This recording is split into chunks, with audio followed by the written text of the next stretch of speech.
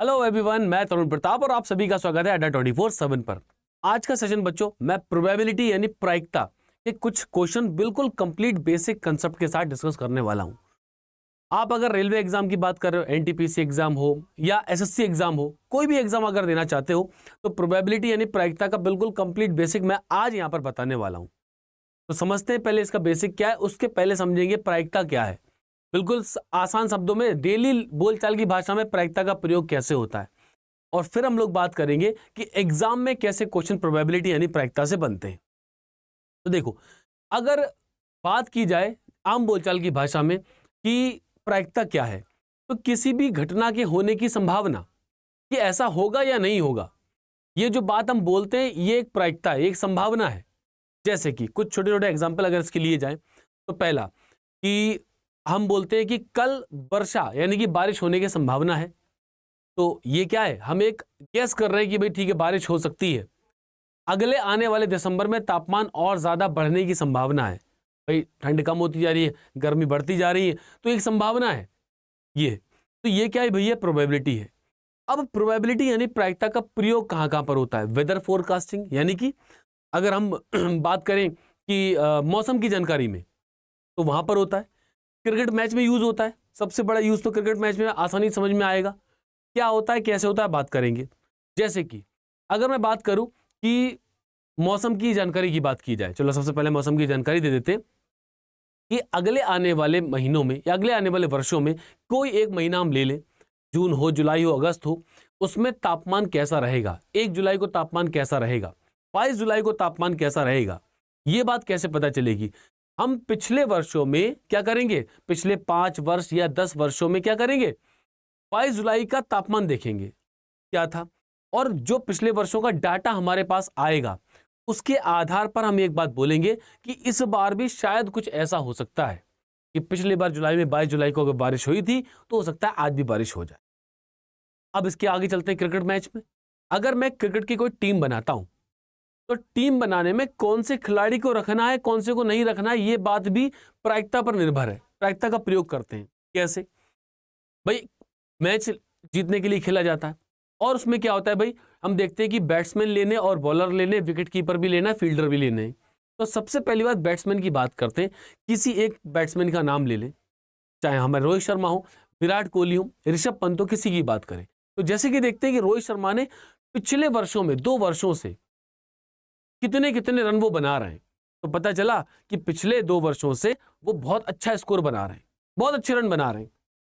ठीक, तो मान लो कि हर एक मैच में कम से कम 50 से तो ऊपर रन बना ही रहे। तो अगर कोई खिलाड़ी 50 से ऊपर रन बना रहा है तो इसका मतलब एक संभावना है।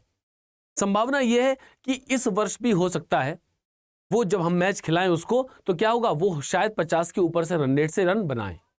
तो एक संभावना है जो कि हम डाटा एनालिसिस और डाटा सर्वे के माध्यम से देते हैं। मतलब हमने डाटा का एनालिसिस किया, आकलन किया डाटा का कि पिछले वर्षों में उन्होंने चौके छक्के कितने मारे, और फिर हम लोग सर्वे करा लेंगे, चलो हाँ ऐसा हो रहा है, और फिर अपना एक निष्कर्ष निकाल देंगे। तो निष्कर्ष निकालेंगे, वहां से हम लोग संभावना व्यक्त करेंगे कि इस मैच में वो रन बनाने वाले कि नहीं बनाने वाले, विकेट लेने वाले कि नहीं लेने वाले। और हमारी बिल्कुल जो हम तैयारी कर रहे हैं एग्जाम की, अगर हम पिछले वर्षों से मॉक टेस्ट डेली दे रहे हैं और मॉक टेस्ट में हमारी परफॉर्मेंस अच्छी आ रही है, हमारा स्कोर अच्छा आ रहा है, तो अगर आपका लगातार पिछले 150 मॉक टेस्ट देने पर स्कोर अच्छा आ रहा है, तो इसकी संभावना क्या है? इसकी संभावना है कि अब अगर आप एग्जाम दोगे, चाहे एसएससी का दो चाहे रेलवे का दो, आप पास कर जाओगे, ये भी एक संभावना है। और मॉक टेस्ट में अगर रिजल्ट खराब आ रहा है, इसका मतलब क्या है, अभी पास होने वाली दम नहीं आई, हमें थोड़ी और प्रयास की जरूरत है। तो ये सारी हमारी आम बोलचाल की भाषा में प्रायिकता का प्रयोग है। अब मैथ की बात कर लेते हैं कि ठीक है सर, ये बात तो हमारे समझ में आ गई आम बोलचाल की भाषा में, लेकिन अगर मैथ की बात करें तो मैथमेटिकल प्रोबेबिलिटी, गणितीय प्रायिकता क्या होगा, इस पर क्या बात की जाए। बच्चों, जितनी भी बातें, जितने भी केसेस मैंने आपको बताए कि रोहित शर्मा अगले आने वाले बैच में रन बनाएंगे कि नहीं बनाएंगे, 22 जुलाई को वर्षा होगी कि नहीं होगी, तापमान कैसा रहेगा, ये सारी हमारी संभावनाएं थी। अगर इन सारी संभावनाओं को मैं किसी अंक के रूप में, मैथमेटिकली एक्सप्रेशन के रूप में व्यक्त कर दूं, तो उसको हम लोग क्या बोलते हैं, वो हमारी गणितीय प्रायिकता हो जाती है। जैसे कि हम बहुत अच्छा टेस्ट दे रहे हैं, हमारे टेस्ट में अच्छे नंबर आ रहे हैं, तो हम बोलेंगे कि 80% चांस है मेरे एग्जाम को पास करने के, और 80% होता है बच्चों 4/5। इसका मतलब 5 स्थितियों में से 4 स्थिति ऐसी हैं जिसमें मैं एग्जाम क्वालिफाई कर जाऊंगा। तो जब हम इसको परसेंटेज में, अंक के रूप में व्यक्त कर देते हैं तो ये हमारी मैथमेटिकल प्रोबेबिलिटी हो जाती है कि मेरे पास होने के 50-50% चांस है, 50-50% चांस है, यानी कि 1/2 आधा चांस है। तो ये जो हम संख्याओं के रूप में बोलते हैं तो ये हमारी मैथमेटिकल प्रोबेबिलिटी बन जाती है। अब इसको प्रोबेबिलिटी ऑफ इवेंट को, यानी किसी भी घटना की प्रायिकता को हम लोग क्या बोलते हैं? इसको हम लोग NE/NS से प्रदर्शित करते हैं।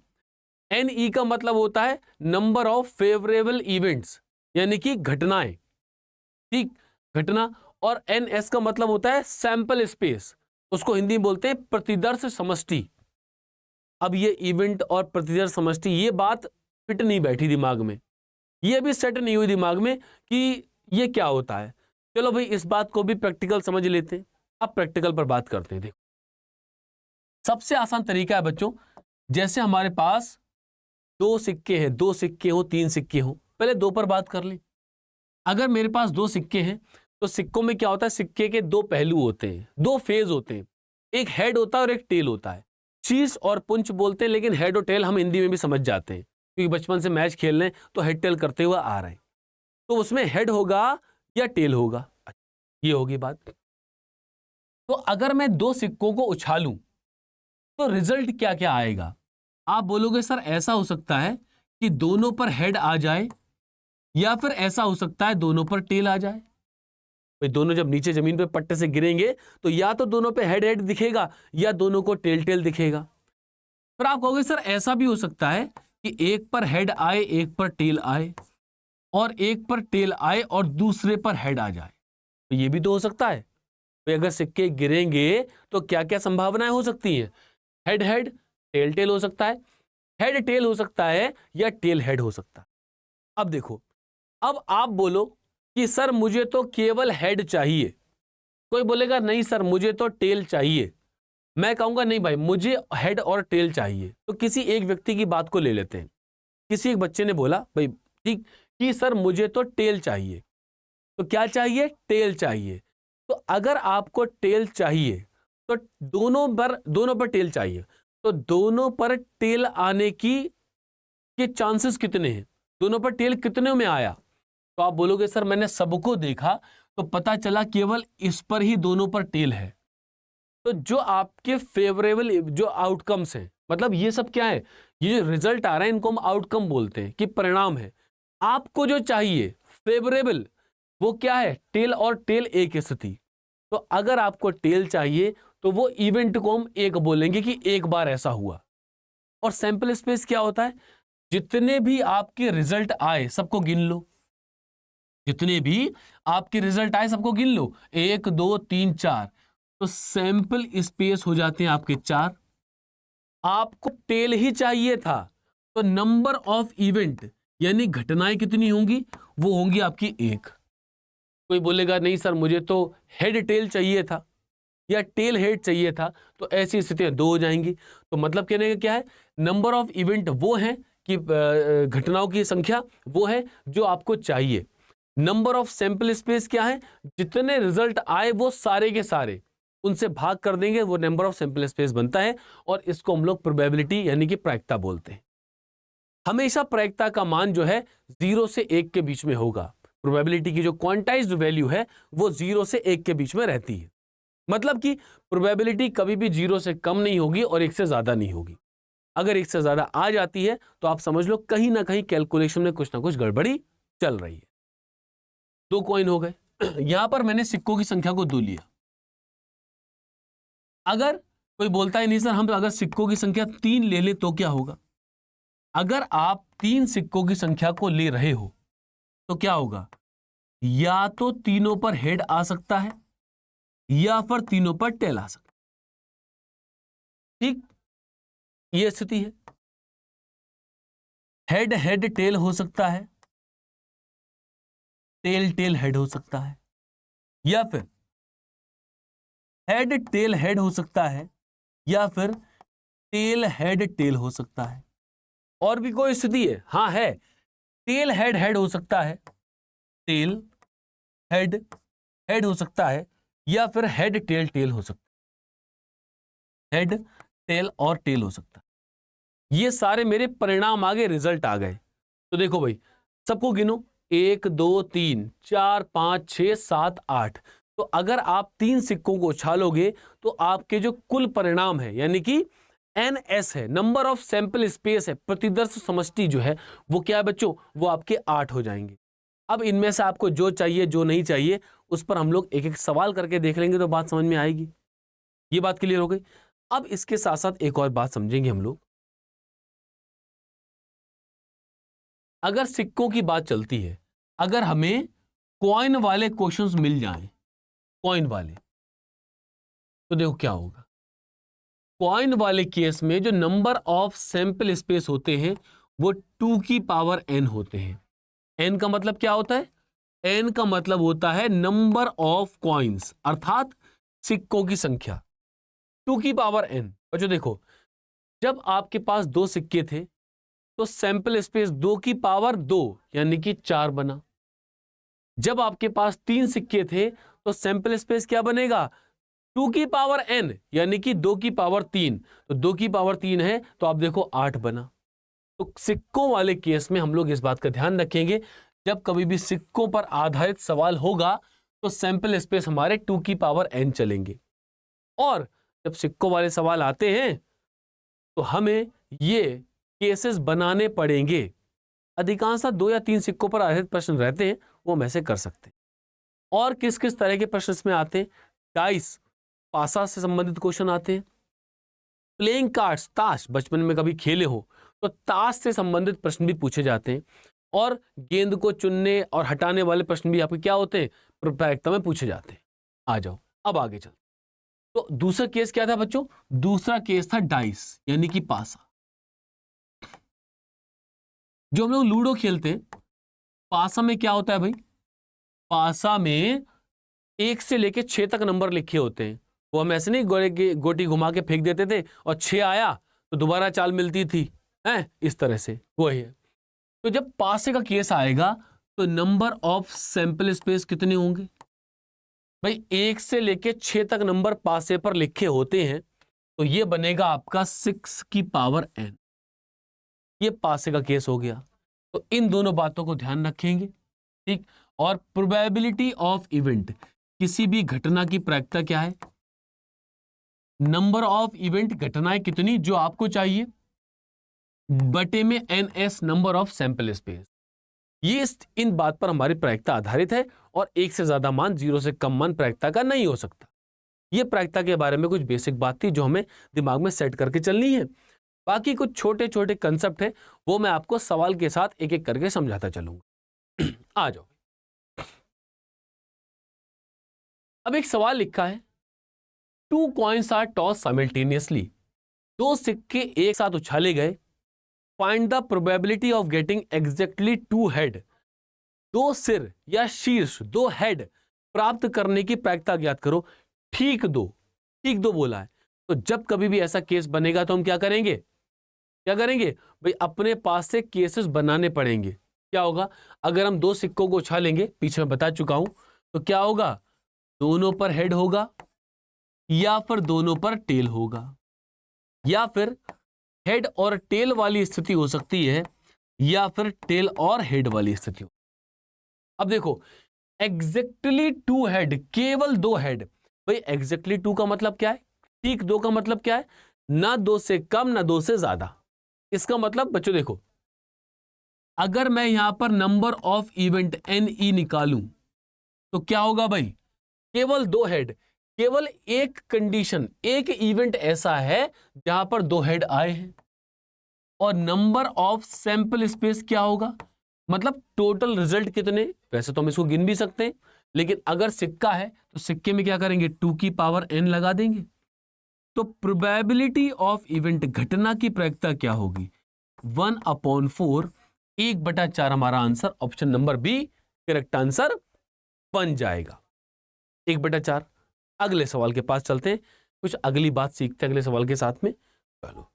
हालांकि ये केसेस हमें बनाने पड़ेंगे, बहुत सारे बच्चों को याद भी हो जाते हैं, लेकिन याद नहीं करना, बना सकते हो कि बहुत समय नहीं लगेगा। आगे चलते हैं। अब देखो, 3 कॉइन्स आर टॉस्ड साइमल्टेनियसली, 3 सिक्के एक साथ उछाले जाते हैं।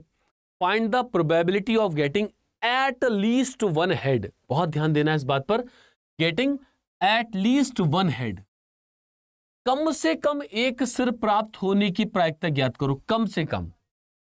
अब ये कम से कम पर भी बात करेंगे, लेकिन जब पहले ये देख लें 3 सिक्के जब उछाले जाएंगे तो क्या, तो स्थिति क्या होगी कि क्या क्या रिजल्ट आ सकते हैं, जो कि मैं पहले ही बना चुका हूं, फिर से बना देता हूं। देखो, अगर 3 सिक्के आप उछालोगे तो क्या होगा भाई,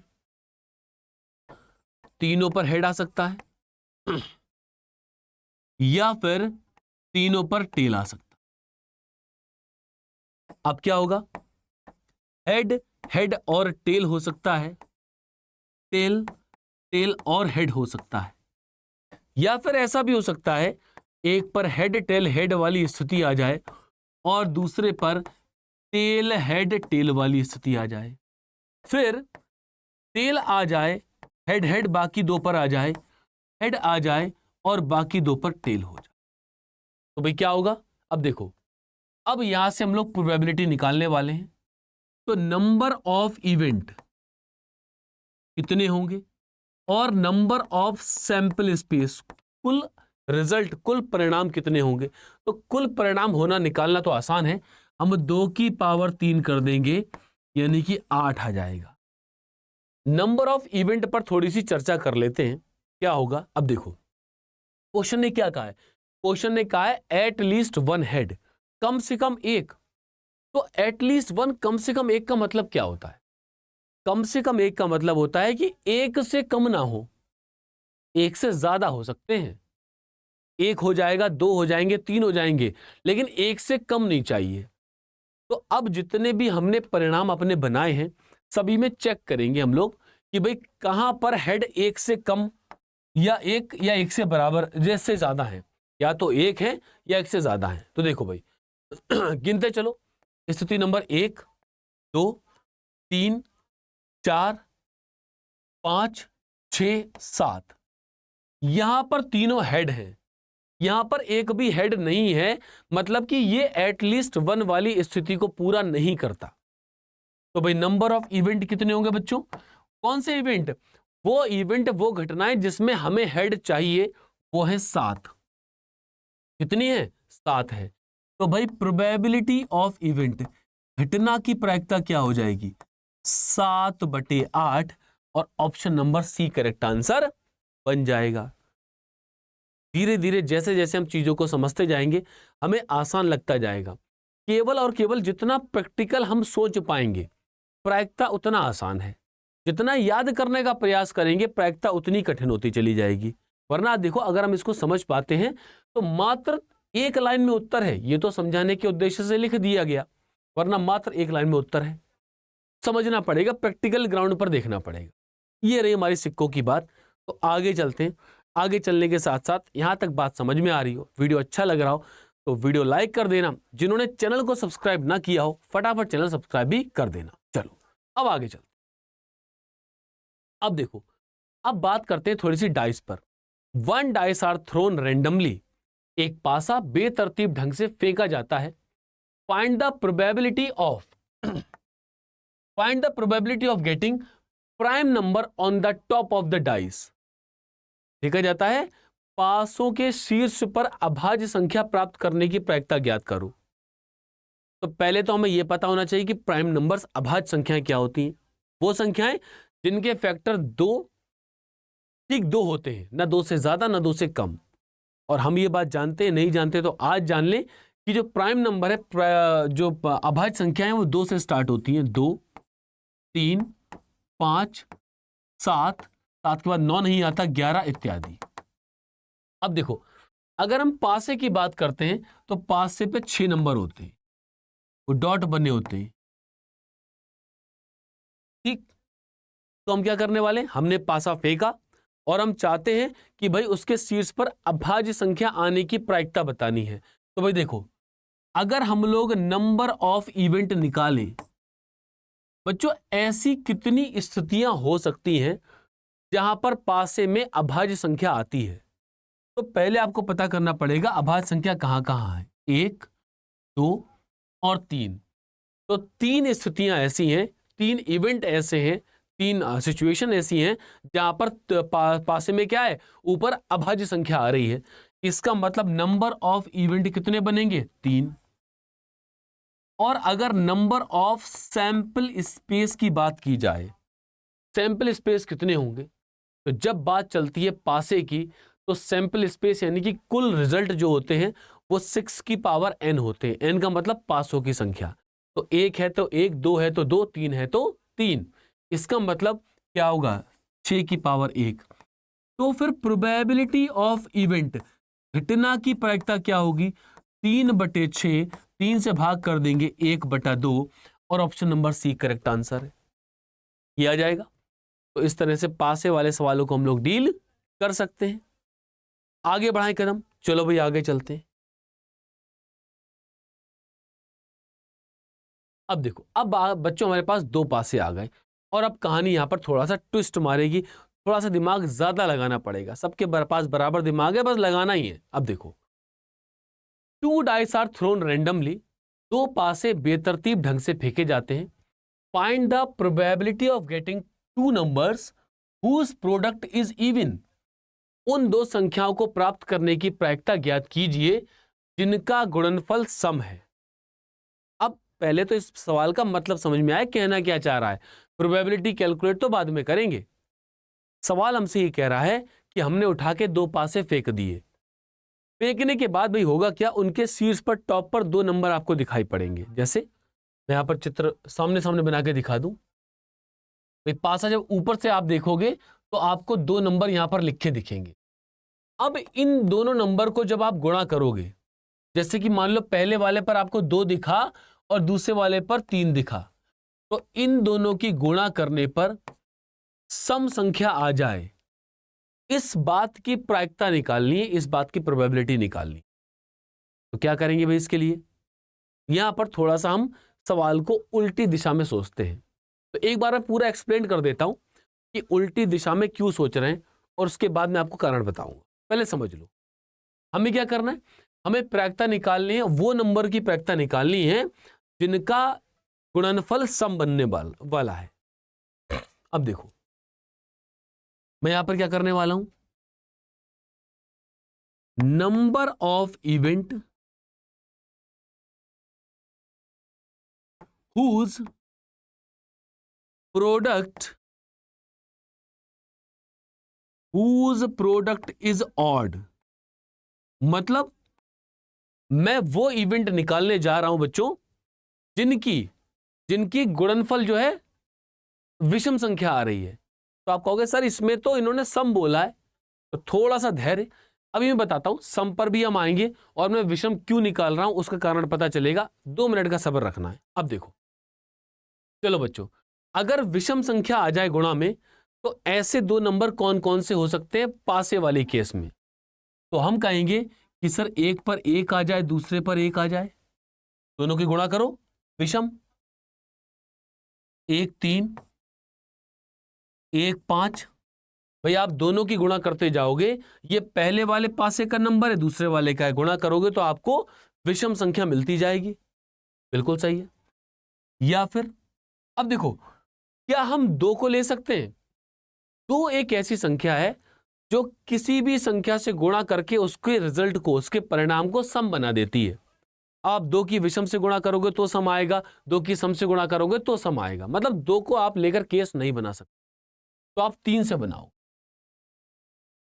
3 और 1, 3 2, 3 3, 3 4 नहीं होगा, 3 5, 3 5 हो गया। 4 से भी नहीं बनेगा, क्यों, 4 में खुद 2 का फैक्टर घुसा हुआ है, गुणा होता है। तो 4 में जब 2 का फैक्टर है तो किसी भी संख्या की 4 से गुणा करके आप उसको विषम नहीं बना सकते। 5 से बनेगा, 5 1, 5 गुणा 2 नहीं, 5 गुणा 3 और 5 गुणा 5, 5 गुणा 5, ये सारी स्थितियां वो हैं जो आपको ये प्रदर्शित करती हैं कि इनकी गुणा विषम आ रही है, लेकिन हम सम निकालना चाहते हैं।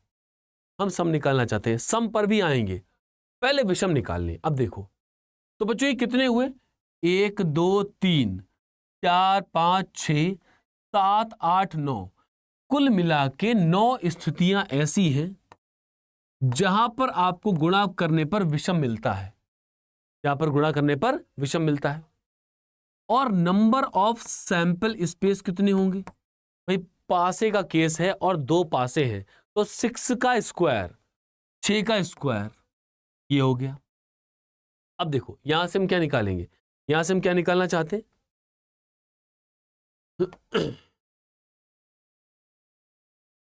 यहां से हम निकालेंगे probability of event for odd product. Odd product यानी कि विषम गुणनफल। हम विषम गुणनफल की प्रायिकता निकाल रहे हैं। क्या निकाल रहे हैं, हम विषम गुणनफल की प्रायिकता निकालने का प्रयास कर रहे हैं, जबकि सवाल ने बोला है कि सम की निकालो। आ जाएंगे तो क्या होगा, 9 केस ऐसे थे जहां पर प्रायिकता, जहां पर हमारा इवेंट विषम बन रहा था। देखो भाई 9 थे, 3 3 6 3 9, सबको गिन लो। और सैंपल स्पेस 6 का स्क्वायर यानी कि 36, 9 से भाग कर दो, 1/4। तो विषम आने की प्रायिकता 1/4 है, लेकिन सवाल ने बोला है कि आप तो सम आने की प्रायिकता बताओ। तो क्या बोलेंगे, probability of event for even product. Sum आने की प्रायिकता कैसे निकलेगी, किसी भी घटना की कुल प्रायिकता कितनी होती है, 1 होती है। टोटल प्रोबेबिलिटी अगर कंप्लीट प्रोबेबिलिटी होगी तो 1 होगी। 1 में से 1/4 विषम को प्रदर्शित करता है, तो सम आने के लिए क्या होगा, 1 में से 1/4 घटा दो, तो क्या होगा भाई, 4 एकम 4 और 1 3, 3/4। तो 3/4 प्रोबेबिलिटी क्या होगी बच्चों, आपकी मिल जाएगी आपको इवन प्रोडक्ट की। अब सवाल आता है कि सर आपने ऑड क्यों निकाला, इवन क्यों नहीं निकाला। क्या इवन निकालने से उत्तर नहीं आता, इवन निकालने से भी उत्तर आता, कोई नहीं रोक सकता था। लेकिन कुल बच्चों आपके पास सैंपल स्पेस कितने, 36 हैं। 36 में 9 आपके विषम है, तो इवन प्रोडक्ट वाले, अगर आपको इवन प्रोडक्ट वाले देखने हैं तो 36 में से 9 घटाते तो 27 केस बनते। मतलब ये जो गुणा कर करके मैंने 9 केस बनाए हैं, अगर आप सम को फॉलो करते तो आपको ऐसे 27 केस बनाने पड़ते, उसमें गलती होने की संभावना ज्यादा होती। आंसर हालांकि आ जाता। तो क्लियर हो गई बात, आगे बढ़ाएं कदम। तो ये बात रही हमारे पासों की, यहां तक की कहानी क्लियर है। तो एक बार जल्दी से वीडियो लाइक हो जाए, जिन्होंने चैनल को सब्सक्राइब नहीं किया हो चैनल सब्सक्राइब कर लो। एसएससी के स्तर का सवाल हो या रेलवे के स्तर का हो, प्रायिकता पर इस सेशन के बाद उम्मीद करूंगा आपका बेसिक कंसेप्ट बिल्कुल ठीक हो जाए और आप क्वेश्चन को हल करने में सक्षम बन जाओ। आगे चलते अगले सवाल के पास चला जाए। अब देखो कुछ सवाल ऐसे आते हैं जो कि गेंद के चयन पर बनते हैं, कि गेंद चुननी है, उसमें प्रायिकता कैसे लगेगी। इसको देखो, अ bag contains 3 red 4 green 2 yellow balls. एक बैग में 3 लाल रंग, 4 हरी रंग और 2 पीली गेंदें हैं। 3 balls are drawn at random. 3 गेंद को हमने उठा के उसमें से निकाल लिया। Find the probability that each ball is of different colour. सारी बॉल अलग अलग रंग की होने की प्रायिकता ज्ञात करो। भाई सारी बॉल अलग अलग होने की प्रायिकता कैसे निकलेगी भाई, कैसे करेंगे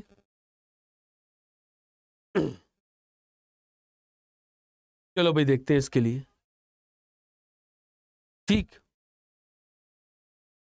आ जाओ भाई। अब देखो यहां पर हम एक कंसेप्ट, एक लॉजिक का प्रयोग करते हैं, जिसको बच्चों हम लोग बोलते हैं क्या, कॉम्बिनेशन। कॉम्बिनेशन यानी कि संचय। ठीक, कॉम्बिनेशन का प्रयोग होगा इनको सॉल्व करने के लिए।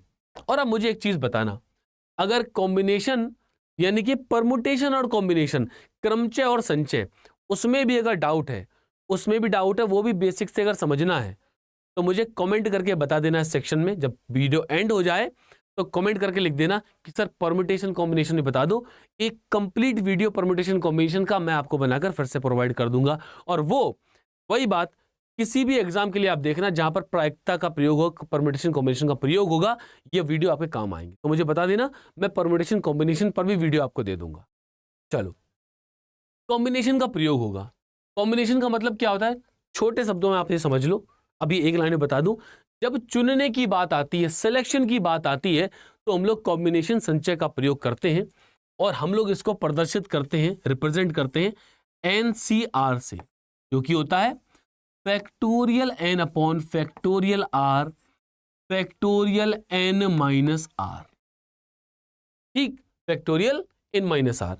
अब ये फैक्टोरियल क्या चीज है?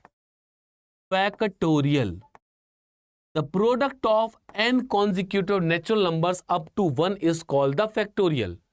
एक तक की जितनी भी प्रकार क्रमागत प्राकृतिक संख्याएं हैं, सभी का गुणनफल फैक्टोरियल कहलाता है। जैसे कि अगर बोला है फैक्टोरियल 5, तो क्या होगा? यह संख्या 5 से स्टार्ट होगी, 4 3 2 1 तक घटते हुए जाएगी। अगर बोल दिया फैक्टोरियल 15, 5 जैसा हो गया, फैक्टोरियल 18, तो संख्या 18 से स्टार्ट होगी और ऐसे ऐसे घटते घटते कहां तक जाएगी? 1 तक जाएगी। ठीक, अब एनसीआर को सॉल्व कैसे करना है उसके लिए एक छोटा सा एग्जांपल ले लो। मान लो आपको एनसीआर 10C2 को सॉल्व करना है, क्या आएगा? तो देखो, ये n है, ये c है, ये r है, तो क्या था? फैक्टोरियल n यानी कि फैक्टोरियल 10 बटे फैक्टोरियल r, ये रहा r, फैक्टोरियल 2 और फैक्टोरियल 10 माइनस 2। अब देखो, फैक्टोरियल 10 बटे फैक्टोरियल 2 बटे फैक्टोरियल 10 में से 2 गया 8। ऊपर वाले को अब देखो जरा, फैक्टोरियल 2 कितना होगा? नीचे वाले को देखो, 2 गुणा 1, और फैक्टोरियल 8 को फैक्टोरियल 8 ही लिखा रहने दो, अभी ऐसे लिखा रहने दो, सॉल्व कर लेंगे इसको। पहले फैक्टोरियल 10 को सॉल्व करो। फैक्टोरियल 10 क्या होगा? 10 9, 9 के बाद क्या आएगा? 8 7 6 5 4 3 2 1। 8 से लेके 1 तक, तो उसको तो मैं फैक्टोरियल 8 बोल सकता हूं। 8 से 8 कट गया, 2 से काट दो 5 बार, तो 9 पंजे 45, 9 5 45 आ गया। तो 10C2 हो, 15C3 हो, 11C4 हो, सब सॉल्व हो सकते हैं। और इस बात को हम शॉर्ट में कैसे सॉल्व करते हैं? शॉर्ट में सॉल्व करने के लिए 10C2 है, तो नीचे वाले को R पर ध्यान दो, कितना लिखा है? 2 लिखा है, तो ऊपर वाले नंबर को घटते हुए 2 बार लिखो, मतलब 10 गुणा 9, और नीचे वाले में क्या आएगा? 2 को घटते हुए 2 बार लिखो, 2 गुणा 1। देखो, जब मैंने इसको सॉल्व किया था 8 से 8 कट गया था, तो कौन बचा था? 10 गुणा 9, 2 गुणा 1, तो ये कितना आ जाएगा? ये भी आपका 5 बार भाग करेंगे तो 45 आ जाएगा। कहीं पर लिखा हो 12C3, तो इसको देखना है 12 को घटते हुए कितनी बार लिखेंगे? 3 बार लिखेंगे, अर्थात 12 गुणा 11 गुणा 10 और बटे में 3, 3 गुणा 2 गुणा 1। बाकी सॉल्व कर लेंगे, सॉल्व करके जो भी आएगा हमारा आंसर बन जाएगा। तो तरीका मैंने बता दिया, उसका शॉर्ट भी बता दिया। तो कॉम्बिनेशन का मतलब होता है संचय। विस्तार पूर्वक बात अगर आप लोग मुझे कमेंट करके बताओगे तो परम्यूटेशन, कॉम्बिनेशन और बेसिक के साथ कंप्लीट वीडियो मैं आपको दूंगा। चलो, अब इसमें क्या है भाई? एक बैग में 5 लाल गेंद हैं, तो 5 तो रेड कलर की बॉल है। अच्छा, और क्या है? 4 हरे रंग की गेंद है, 4 ग्रीन कलर की बॉल है, और 2 पीले रंग की गेंद है, 2 येलो रंग की बॉल है। एक बैग है, एक बैग में इतनी तरह की बॉल रखी हुई, ये हमारा बैग आ गया। ठीक बच्चों, अब क्या हुआ? इसमें से हम 3 बॉल निकालना चाह रहे हैं, ठीक है। हम उसमें हाथ डालेंगे और 3 बॉल बाहर निकल कर आएंगी। अब बोला क्या गया है, find the probability that each ball is of different colour, मतलब कि हर एक बॉल अलग अलग रंग की होनी चाहिए। इस बात की प्रायिकता कैसे निकली? तो पहला काम हम क्या करेंगे, सबसे पहला काम यह करेंगे कि अगर एक एक बॉल निकालनी है तो उसके इवेंट चांसेस कितने होंगे, कैसे निकालोगे? यहां पर कॉम्बिनेशन का प्रयोग होगा। क्यों? क्योंकि बैग में हाथ डालकर मैं बॉल चुनूंगा, बॉल चुना जाएगा, सेलेक्ट की जाएगी, चुनना होगा, तो कॉम्बिनेशन का प्रयोग करेंगे। ये बात तो क्लियर हो गई, कॉम्बिनेशन लगेगा। लेकिन अब प्रैक्टिकली ये बात सोचनी है, क्या सोचना है बच्चों, कि तीनों बॉल अलग रंग की कैसे हो सकती हैं? सोचो जरा, अगर आपके पास लाल, हरे, पीले रंग की गेंदें हैं, तीनों अलग रंग की कैसे हो सकती हैं? तो आप बोलोगे सर एक बॉल लाल मिल जाती रेड, एक बॉल ग्रीन मिल जाती हरी, और एक बॉल येलो मिल जाती पीली। तो देखो 1 2 3 तीनों का रंग अलग हो गया। तो क्या करेंगे, नंबर ऑफ इवेंट क्या होगा? नंबर ऑफ इवेंट, बहुत ध्यान से सुनना इस बात को। 5 में से एक लाल बॉल चाहिए, यानी कि 5 में से एक का सिलेक्शन। तो क्या होगा, 5 में से एक यानी कि 5C1। अब प्रैक्टिकल बोल के देखना, जैसे जैसे प्रैक्टिकली बोलते जाएंगे वैसे वैसे चिन्ह लगाते जाएंगे। अब देखो फिर हम क्या बोलेंगे, and 1 ball from green section, और हरे वाले भाग से एक हरी गेंद। और जब और एंड की बात होती है तो लगाते हैं गुणा का चिन्ह। 4 में से एक बॉल यानी कि 4C1 गुणा, नहीं गुणा नहीं, पहले प्रैक्टिकल बोलकर देखेंगे। और दो में से एक बॉल, और पीले में से एक ball, and 1 ball from yellow. And का मतलब एंड का मतलब प्लस मत करना, जब कभी भी एंड यानी कि और वाली स्थिति आएगी तो हम गुणा करेंगे 2C1। तो बच्चों देखो, वैसे तो 5C1 5 होता है, चाहो तो मैं साइड में सॉल्व करके दिखा देता हूं। 5C1 क्या होगा, फैक्टोरियल 5 बटे फैक्टोरियल 1, फैक्टोरियल 5 माइनस 1। तो क्या होगा भाई, 5 गुणा 4 3 2 1 को फैक्टोरियल 4 बोल दो, और बटे में फैक्टोरियल 4, तो 4 से 4 कट जाता है, 5 आ जाता है। तो 5C1 5 होता है, 4C1 4 होता है, 2C1 2 होता है। टेंशन नहीं। यानी कितना बना, 5 गुणा 4 गुणा 2, ये हो गया। अब बात करते हैं नंबर ऑफ सैंपल स्पेस की, कि कुल कितने रिजल्ट बन सकते हैं, कुल कितने रिजल्ट बनेंगे। तो बच्चों देखो, आपके पास बॉल कितनी है, 5 4 9 और 2 11, सारी बॉल जोड़ दो, 5 + 4 + 2 यानी कि 11 बॉल है।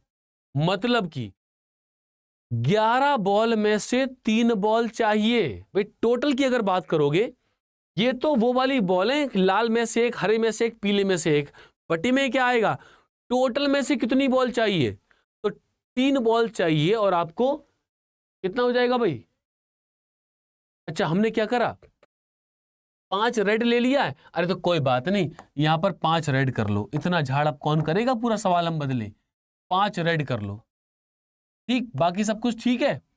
5 लाल हैं, 4 हरी है, 2 पीली है। फिलहाल हमारा आंसर उससे भी आ जाता, हमारा आंसर इससे भी आ जाएगा, डरने दुख तकलीफ की बात नहीं है। आ जाओ, अब देखो, तो देखो क्या हुआ, 5 4 9 2 11, 11 में से मुझे 3 बॉल चाहिए, 3, तो वेज क्या होंगे चुनने के तरीके, 11C3।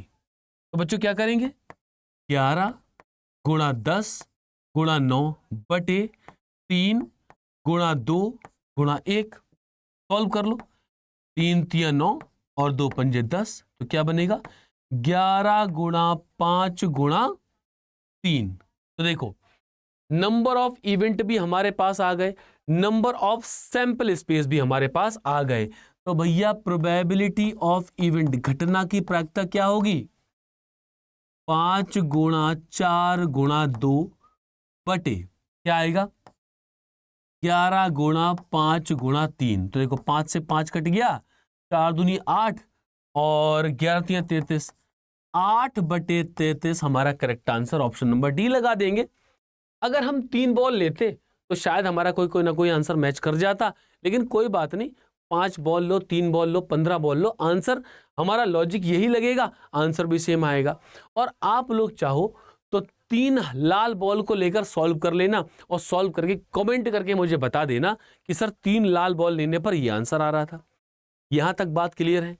तो अब थोड़ा सा मुझे लगता है मामला हीट कर गया, क्योंकि अब एक कॉम्बिनेशन की कहानी और जुड़ गई। तो जब कभी भी चुनने की बात होगी कॉम्बिनेशन लगेगा, लेकिन प्रैक्टिकल सोचो, जितना प्रैक्टिकल सोच पाओगे प्रायिकता प्रोबेबिलिटी उतना आसान, और जितना याद करने का प्रयास करेंगे प्रोबेबिलिटी उतना मुश्किल। आगे चलते, आगे आ जाओ। अब देखो क्या है, अ bag contains 4 red 5 green 3 yellow balls. एक बैग में 4 लाल 5 हरी और 3 पीली गेंदें हैं। 3 balls are drawn at random. हमने 3 बॉल को फिर से निकाला। अब क्या करें, find the probability they are not of red colour. प्रायिकता ज्ञात कीजिए कि वो लाल रंग की नहीं है, मतलब हमें लाल बॉल नहीं चाहिए। 4 रेड हैं, चलो ये लिख लेते हैं। इस बार 4 रेड ही हैं, हाँ हैं, 4 रेड हैं, 5 ग्रीन बॉल हैं, तो 5 तो ग्रीन बॉल हो गई, ठीक। और क्या है, 3 येलो बॉल हैं, तो 3 हमारे पास येलो बॉल हो गई। तो क्या हुआ भाई, हमें क्या चाहिए, इस बार भी हम लोग क्या कर रहे हैं, इस बार भी हम लोग 3 गेंदों को निकाल रहे हैं। निकाल लो भैया 3 गेंदें। 3 गेंदें निकालने के बाद क्या होगा, हमें लाल रंग की गेंद नहीं चाहिए, नहीं जंबू, मतलब कि हमें लाल रंग की गेंद बिल्कुल नहीं चाहिए। बच्चों अगर आपको लाल रंग की गेंद नहीं चाहिए तो गेंद का, बॉल का सिलेक्शन कहां से होगा? आप बोलोगे सर हरे और पीले में से होगा। तो 5 हरी हैं 3 पीली हैं, यानी कि टोटल 8 बॉल हैं। इसका मतलब अब जो 3 गेंद आप चुनने वाले हो उनका सिलेक्शन, उनको चुना जाएगा 8 में से। क्यों? क्योंकि हमें लाल नहीं चाहिए। इसका मतलब क्या होगा, नंबर ऑफ इवेंट, भैया कितने रिजल्ट हमें चाहिए, 8 में से 3, क्योंकि क्वेश्चन ने बोला 3 बॉल, तो 8C3 अर्थात 8 गुणा 7 गुणा 6 बटे 3 गुणा 2 गुणा 1, 3 दूनी 6, 6 कट गया, 8 गुणा 7। अब बात करते हैं नंबर ऑफ सैंपल स्पेस की, कि कुल परिणाम आपके कितने होंगे। तो भैया कुल बॉल कितनी है, 5 4 9 3 12, टोटल 12 बॉल हमारे पास है। लेकिन बटे में तो टोटल आता ना, टोटल में से तो 3 बॉल चाहिए होंगी। ऊपर हमने जो चुन रहे हैं, चुनने में हमारे पास लाल नहीं है, लेकिन नीचे बटे टोटल में तो सारी बॉल आएंगी। तो कितनी होगी भाई, 12 में से 3 का सिलेक्शन, अर्थात 12C3, मतलब कि 12 11 10 बटे 3 गुणा 2 गुणा 1, 3 दूनी 6, 6 दूनी 12, अर्थात 2 गुणा 11 गुणा 10। और ये आ गया, फिर तो कोई समस्या नहीं है। प्रोबेबिलिटी ऑफ इवेंट, घटना की प्रायिकता क्या होगी, 8 गुणा 7 बटे 2 गुणा 11 गुणा 10। 2 से काट दो भाई, 2 चौक 8, 2 दूनी 4, 2 पंजे 10, 7 दूनी 14 और 11 पंजे 55, 14 बटे 55। ये हमारी घटना की प्रायिकता ऑप्शन नंबर बी बन जाएगा। और अब तक देखो हमने जितने भी सवालों में प्रायिकता निकाला है, सब में प्रायिकता का मान 1 से कम आ रहा है। 14 बटे 55 1 से छोटा है, अंश छोटा है, हर बड़ा है, तो प्रायिकता का मान 0 से 1 के बीच में क्वांटाइज्ड हमेशा रहेगा। समझ पाए बात को? मैं बहुत आराम से लेकर चल रहा हूं चीजों को, क्योंकि इसमें प्रैक्टिकल हमें सोचना पड़ेगा। जितना प्रैक्टिकली हम सोच पाएंगे प्रोबेबिलिटी उतना आसान। क्लियर है यहां तक की बात? तो जितने भी लोग हो एक बार जल्दी से वीडियो लाइक कर देना, और जिन्होंने चैनल को सब्सक्राइब नहीं किया हो सब्सक्राइब कर देना। और ये जो वीडियो मैं कंप्लीट आपको दे रहा हूं, ये बेसिक लेवल पे, एडवांस लेवल पर पूरी तरह से प्रोबेबिलिटी में आप पे काम आएगा। चाहे आप एसएससी का एग्जाम दो, चाहे आप रेलवे का एग्जाम दो, तो किसी को भी शेयर कर देना, उसका भी बेनिफिट हो जाएगा। अगले सवाल के पास चलते हैं। अब बच्चों ये देखो भाई, ये सब लोगों ने देखा होगा, क्या देखा है कि नहीं देखा है, पहले तो मुझे ये बताओ। देखा होगा, जिन्होंने नहीं देखा है पता चल जाएगा। बहुत सारे लोगों ने मैच गेम खेला भी होगा।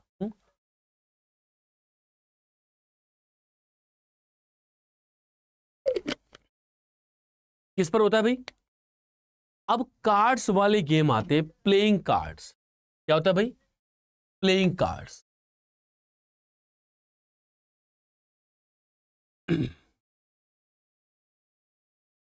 प्लेइंग कार्ड यानी कि ताश वाले गेम, ताश के पत्तों वाला गेम। तो पहले ताश के पत्ते के बारे में कुछ बेसिक जानकारी इकट्ठी कर लें कि ताश के पत्तों का हिसाब किताब क्या होता है, समझो। ठीक, 52 कार्ड, 52 कार्ड होते हैं, और इसमें आपके दो तरह के विभाजन होते हैं। ठीक, कैसे? 26 हमारे रेड कार्ड होते हैं और 26 ब्लैक कार्ड होते हैं। मतलब 26 वो होते हैं जिन पे लाल लाल रंग से कुछ लिखा होगा, और 26 वो होंगे जिन पे काले रंग से कुछ लिखा होगा, कुछ चित्र बना होगा, कुछ भी लिखा होगा। ठीक, अब इन 26-26 में भी क्या होता है? इन 26-26 में भी दो डिवीजन होते हैं। इन 26-26 में भी दो डिवीजन होते हैं। ठीक, कैसे होंगे दो डिवीजन भैया? वो होंगे आपके कैसे? वो होंगे आपके 13-13 के हिसाब से। कैसे होंगे? 13-13 के हिसाब से। ठीक है, चलो एक मिनट। अच्छा, अब देखो, मतलब कि 13 इधर और 13 इधर, 13 इधर और 13 इधर। ठीक, जिन्होंने ताश खेले होंगे वो इस बात को जानते होंगे, जिन्होंने नहीं खेले हैं वो अफसोस ना करें इस बात को, जो बात मैं बताने जा रहा हूं वो समझ लें, फिर सारी चीजें क्लियर हो जाएंगी। ठीक, चलो भाई, अब ये जो बच्चों 13 पत्ते हैं ना, इन पे नंबर लिखे होते हैं। नंबर लिखे होते हैं, कैसे लिखे होते हैं? पहला, पहले वाले पत्ते को हम ए बोलते हैं, फिर 2 लिखा होता है, फिर 3 लिखा होता है, ऐसे करते करते 10 तक लिखा होता है। और 10 के बाद आता है jack, queen and king. J for jack यानी कि गुलाम, क्यू फॉर क्वीन यानी कि बेगम, और के फॉर किंग यानी कि बादशाह, ये बोलते हैं। ऐसे ही सब में होता है। इधर भी क्या होगा? ए से लेके 10 तक लिखा होगा, उसके बाद जैक, क्वीन और किंग, गुलाम, बेगम, बादशाह, और वही कहानी यहां पर भी चली। तो जो पहला नंबर होता है उसको, उस पर 1 नहीं लिखा होता, उस पे ए लिखा होता है, उसको हम लोग इक्का बोलते हैं, हिंदी में एस बोलते हैं। क्या बोलते हैं इसको? इसको हम लोग एस बोलते हैं, एस, और हिंदी में इक्का बोलते हैं। जे का मतलब होता है जैक यानी कि गुलाम, बेगम, बादशाह। ठीक, तो देखो अब ये जो जैक, क्वीन और किंग होते हैं, इनके ऊपर एक चित्र बना होता है, इनके ऊपर एक चित्र बना होता है, एक चेहरा बना होता है। क्या बना होता है? इन पर चेहरा बना होता है। तो जैक, क्वीन, किंग को हम लोग फेस कार्ड बोलते हैं, चेहरा जिन पर, चित्र जिन पर अंकित है। चित्र तो सभी पर है, चेहरा बना होगा। ठीक, तो यहां से हमने क्या क्या इंफॉर्मेशन निकाली कि पहली बात, जब कभी भी कार्ड की बात आएगी तो टोटल कार्ड होंगे 52। ठीक, अगर हम लोग फेस कार्ड की बात करें, फेस कार्ड, तो देखो कितने होंगे फेस? वो कार्ड जिन पर कुछ ना कुछ चित्र बना है। 3 इनके पास, 3 इनके पास, 3 इनके पास, 3 इनके पास, तो कितने हो जाएंगे बच्चों फेस कार्ड? 12 हो जाएंगे। एस यानी कि इक्का, इक्का कितने होंगे? 4। आप चाहे जैक की बात करो, चाहे क्वीन की बात करो, चाहे किंग की बात करो, जैक, क्वीन और किंग, इनको हम लोग बोलते हैं फेस कार्ड। क्या बोलते हैं? फेस कार्ड, जिन पर कुछ ना कुछ चेहरा बना होता है। इतनी बात क्लियर हो गई, ठीक। और हर एक नंबर के 4 पत्ते होते हैं। जैसे आप एस की बात करोगे तो वो भी 4 होंगे। आप 2 की दुग्गी की बात करोगे, डबल, डबल का मतलब भी 4 होंगे। 3 की 3 नंबर जिस पर लिखा होगा ऐसे पत्ते भी 4 होंगे। ये हो गया। अब ये जो लाल लाल के जो डिवीजन है, इनका भी कुछ ना कुछ नाम होता है। देखो, पहला वाला रेड की अगर बात करें तो एक कार्ड जो होता है रेड में, उस पे ऐसे डिजाइन बना होता है, ठीक, ऐसा डिजाइन बना होता है। इसको हम लोग बोलते हैं डायमंड। क्या बोलते हैं? इसको बोलते हैं डायमंड, और हिंदी बोलते हैं ईंट। और दूसरा वाला जो होता है उस पर ऐसे बना होता है, लेकिन रेड कलर का होता है, लाल कलर का, ठीक। इसको हम लोग क्या बोलते हैं? इसको बोलते हैं हार्ट। हार्ट, हिंदी में पान का पत्ता बोलते हैं, ठीक।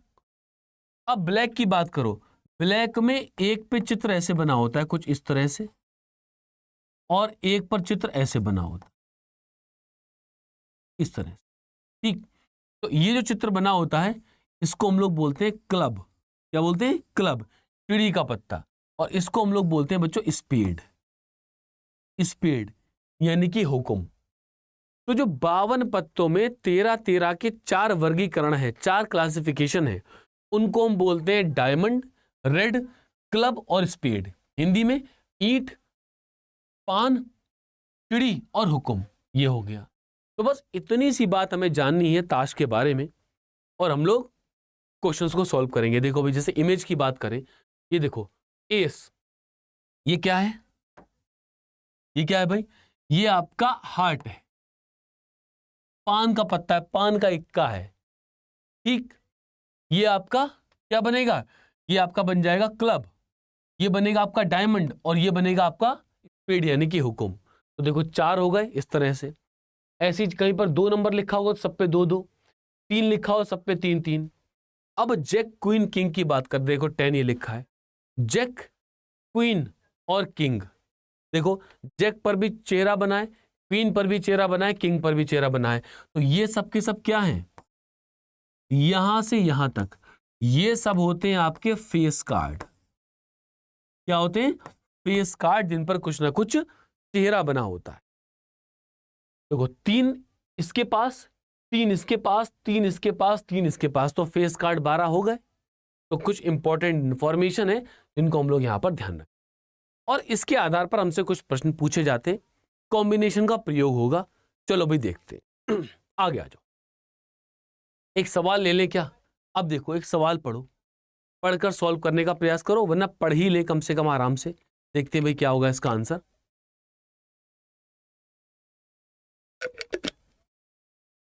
क्या लिखा है? A card is drawn from a deck of 52 cards. Find the probability of getting a king. 52 पत्तों के डेक से एक पत्ता निकाला गया, राजा मिलने की प्रायिकता ज्ञात करो। और जो देखो कॉम्बिनेशन कैसे लगेगा, कॉम्बिनेशन की बात थी कि जब कभी भी संचय की बात होती है, सिलेक्शन की बात होती है, चुनने की बात होती है, तो हम कॉम्बिनेशन का प्रयोग करते हैं। जैसे 5 लड़के हैं और 3 लड़कियां हैं, आपको 3 लोग चुनने, तो आप क्या करोगे? कोई कहेगा नहीं भैया ऐसा है, 2 लड़के होने चाहिए, 1 लड़की होनी चाहिए। तो 5 लड़कों में से 2 लड़के चुनोगे, 3 लड़कियों में से 1 लड़की चुनोगे, भैया आप आ जाओ। तो सिलेक्शन की बात होती है तो हम लोग कॉम्बिनेशन लगाते हैं। यहां पर देखो, हमारे पास टोटल 52 पत्ते हैं, 52 कार्ड है, टोटल 52 कार्ड है, ठीक। अगर किंग की बात की जाए, बच्चों किंग कितने होते हैं? किंग कितने होंगे? एक इनके पास, एक इनके पास, एक इनके पास, एक इनके पास। किंग कितने होंगे? 4 होंगे। तो किंग कितने होंगे भाई? 4। अब देखो नंबर ऑफ इवेंट क्या होगा? Find the probability getting a king. एक राजा चाहिए, तो राजा किंग होते कितने हैं? 4 होते हैं। 4 में से एक का सिलेक्शन, 4 में से एक का सिलेक्शन, तो 4C1। और क्या होगा 4C1?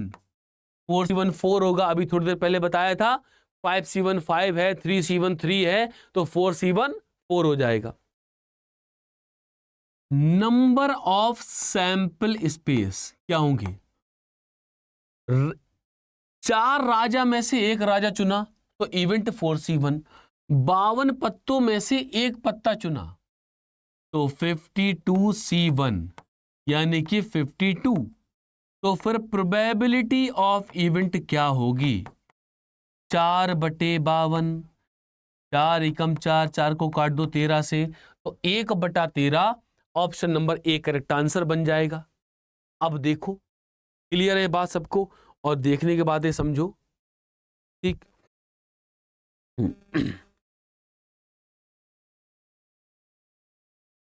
देखिए बात समझो, क्या अगर हमें ताश के बारे में छोटी मोटी जानकारी भी है तो क्या हम इन तरह से इस तरह से प्रश्नों को हल कर पाएंगे? केवल और केवल ये जानकारी होनी चाहिए कि ताश कितने होते, राजा कितने, बादशाह कितने, किंग कितनी, फेस कार्ड कितने, बस काम हो जाएगा। आ जाओ भाई, आगे चलते हैं। अब देखो, 2 cards are drawn from a pack of card, find the probability of getting red card. Card के एक पैकेट से 2 कार्ड निकाले जाते हैं, लाल कार्ड करने की होने की प्रायिकता ज्ञात करो, क्या होगा? अब देखो, यहां पर भी हम एक बात जानते हैं कि टोटल कार्ड हमारे पास 52 होते हैं, और रेड कार्ड की बात की जाए तो रेड कार्ड बच्चे 26 होते हैं। तो फिर प्रोबेबिलिटी ऑफ इवेंट घटना की प्रायिकता क्या होगी? थोड़ा डायरेक्ट कर लें, क्या करेंगे? NE/NS, नंबर ऑफ इवेंट बटे नंबर ऑफ सैंपल स्पेस हम लोग करने वाले हैं। तो देखो, 26 रेड कार्ड होते हैं, 26 लाल कार्ड है, लेकिन हमें चाहिए कितने, चुनने कितने हैं? आपको चुनने हैं 2, तो 26 में से 2 का सिलेक्शन, यानी कि NE/NS, NE/NS यानी कि 26C2। क्यों? 26 में से 2 का सिलेक्शन, और बटे में डिवाइड में NS यानी कि 52 में से 2 का सिलेक्शन, 52C2। अब देखो, 26 इंटू 25 क्यों लिखा? 26 है ना बच्चों, नीचे 2 है तो 2 बार लिखो, बटे 2 गुणा 1 बटे 52 गुणा 51 बटे में 2 गुणा 1, तो ये कट गया, तो क्या बचा? 26 इंटू 25 बटे 52 मल्टीप्लाइड बाई 51, 26 दूनी 52, तो ये बनेगा आपका 25/102, यानी कि option number A correct answer बन जाएगा। बात समझ में आई क्या? ठीक। अब आगे बढ़ाएं कदम, आगे बढ़ने के साथ साथ और तरह के क्वेश्चन हम लोग अब देखने वाले हैं। तो यहां तक उम्मीद करता हूं कि थोड़ी थोड़ी बात दिमाग में प्रोबेबिलिटी घुसने लगी होगी, धीरे धीरे और समझ में आ जाएगा। लेकिन इस वीडियो को बार बार रिवाइज करके देखोगे तो जो बेसिक छोटे छोटे लॉजिक्स हैं वो क्लियर हो जाएंगे, और एक बार बेसिक क्लियर हो जाएगा तो क्वेश्चन देखो आराम से सॉल्व होने शुरू हो जाएंगे। आगे चलते, आगे चले। अब देखो क्या लिखा है, 2 cards are drawn from a pack of card, find the probability of getting face card. वाह, कार्ड के पैकेट से 2 कार्ड निकाले गए, फेस कार्ड, फेस कार्ड मतलब जिस पर कुछ चेहरा बना हो, वो आने की प्रायिकता बताओ क्या होगी? तो क्या करेंगे भाई, फिर से लिख देता हूं। अगर टोटल कार्ड की बात करते हैं, टोटल कार्ड होंगे 52, और फेस जिन पे चेहरा बना होगा ऐसे कितने होते हैं? 12। भाई जो फेस कार्ड कितने होते हैं? 3 पान वाले, हार्ट वाले, 3 स्पेड वाले 6, 3 हमारे क्लब वाले 9, और 3 डायमंड वाले 12 फेस कार्ड होते हैं। ठीक, चलो भाई, तो फिर प्रोबेबिलिटी ऑफ इवेंट, घटना की प्रायिकता क्या होगी? ठीक, प्रोबेबिलिटी ऑफ इवेंट, घटना की प्रायिकता क्या होगी, इसको अब हम लोग देखें। अब देखो भाई, हमारे पास टोटल 12 फेस कार्ड हैं, 12 पत्ते हैं, और 12 में से 2 का सिलेक्शन, 12 में से 2 को चुना जाएगा, तो क्या होगा भाई? 12C2 डिवाइड बाई बटे में क्या आएगा? बटे में बालकों कुल मिला के 52 पत्ते होते हैं, 52 कार्ड्स होते हैं, 52 में से 2 का सिलेक्शन, यानी कि 52C2। ठीक, अब एक बात देखो, जब पिछले सवाल में 20C2 52C2 किया था तो ये 2 है, ये तो कैंसिल हो गया था ना, ये तो कैंसिल हो गया था, हमारा मतलब केवल ऊपर वालों से रह गया था। तो देखो क्या करेंगे, 12C2 12 को घटते हुए 2 बार लिखो, 12 गुणा 11 बटे 52C2 बटे में क्या आएगा? बटे में क्या आएगा? बटे में आएगा आपका 52C2। ठीक, बटे में 52C2, यानी कि 52 को घटते हुए 2 बार लिखो, 52 गुणा 51। इसको सॉल्व कर लें, 4 से काट देंगे बच्चों 3 बार, 4 से काटेंगे 13 बार, 13 चौक 52, तो ये बनेगा आपका, और 3 से डिवाइड कर देंगे 17 बार, तो 11 11 बटे 17 3 51 का कहां से लगा 5, 17 एकम 17 5 22, 11/221। None of these correct answer बन जाएगा। अब मुझे धीरे धीरे बताना कि धीरे धीरे लॉजिक क्लियर होता जा रहा है। आगे चलें, आगे बढ़ाएं कदम। अब देखो भाई, अगला सवाल देखो, 2 cards are drawn from a pack of card, find the getting red card और ब्लैक कार्ड। ये कैटेगरी रह गई थी, कार्ड के पैकेट से 2 कार्ड निकाले जाते हैं, लाल कार्ड या काला कार्ड प्राप्त करने की प्रायिकता ज्ञात करो।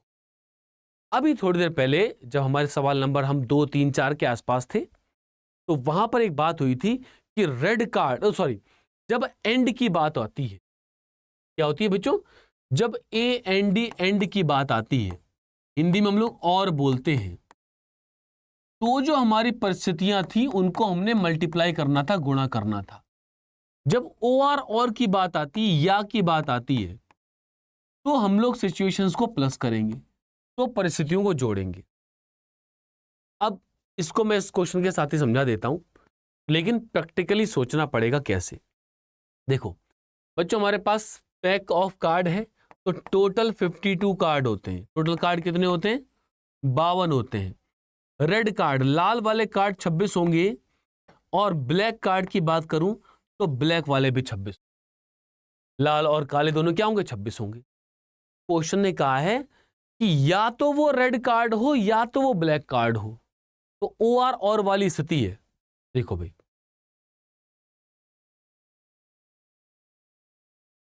प्रोबेबिलिटी ऑफ इवेंट, घटना की प्रायिकता।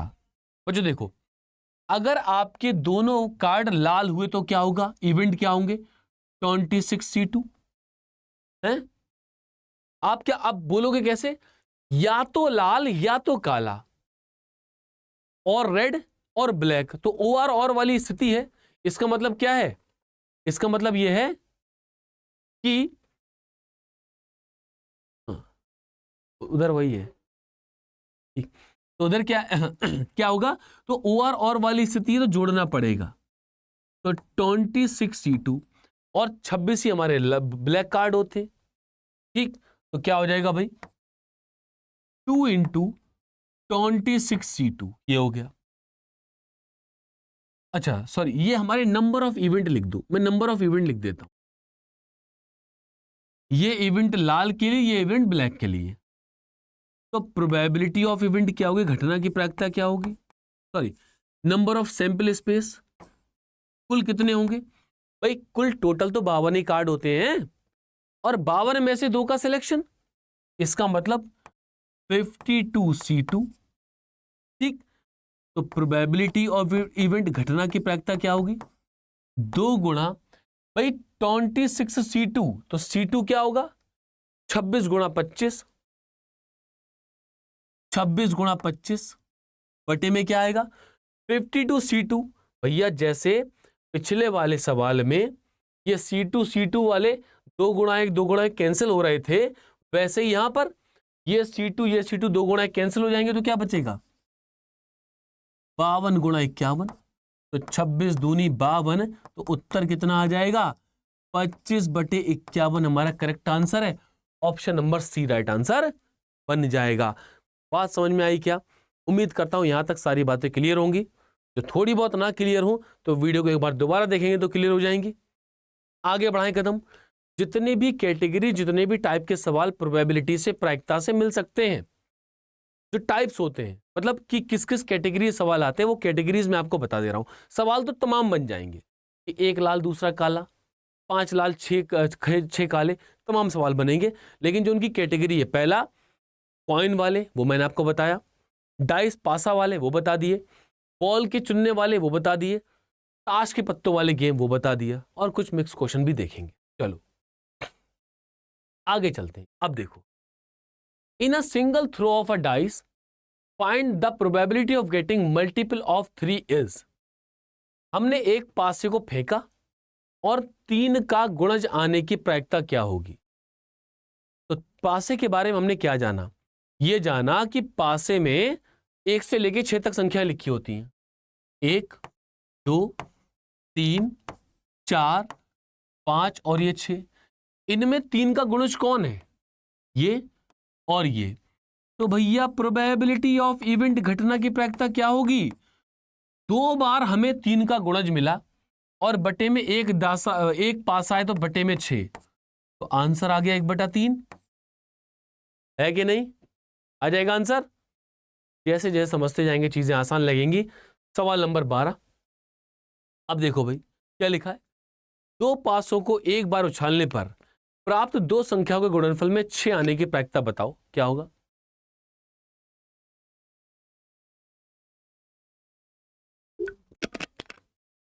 मतलब कि हम 2 पासों को उछाल रहे हैं और दोनों पासों को उछालने के बाद क्या होगा भाई? 1 मिनट।